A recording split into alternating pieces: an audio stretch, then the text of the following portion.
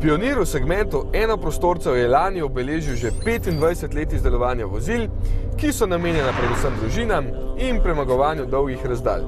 Renault Scenic, ki z Meganom že nekaj časa nima več veliko skupnega, je v tej zadnji generaciji zopet postal bolj limuzinski. Instrumenti okoli voznika so razporejeni kot v povsem običajnih osebnih vozilih, volan pa ni več tovornjaško položen. Novi Grand Scenic je zrasel od svojega predhodnika.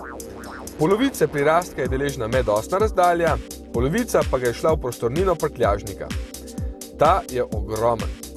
V vsakem primeru ga je najmanj 208 litrov, ob odstranitvi vseh 5 sedežev zadaj pa se poveča skoraj 10-kratno. Ta Grand Scenic je sicer namenjen 7 potnikom, ampak je zadaj prostor le za manjše otroke, zato je bolje imeti 5-sedežno različico in večji prtljažnik z ravnim dnom. Srednja vrsta se vzdolžno pomika za 17 cm, v več kot 40 odlagalnih prostorih pa boste kdaj še kaj pozabili. Takšen motor, ki je tukaj, je iste prostornine kot v večini Clio, 1,4 litra. Ampak je za več kot 4,5 metra dolžine in 1,5 tone mase dovolj zmogljiv, ker mu pomaga turbinski polnilnik. Če vas bo s svojimi zmogljivostmi pozitivno presenetil, vas bo razočaral svojo žejo.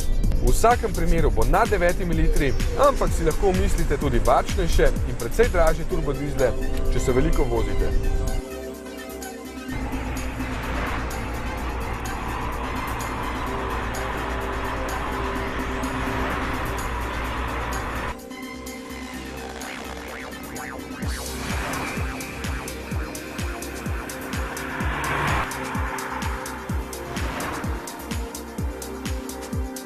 Renault je v svoji dolgi zgodovini izdelovanja enoprostorcev svojo tehniko izpilil do potankosti.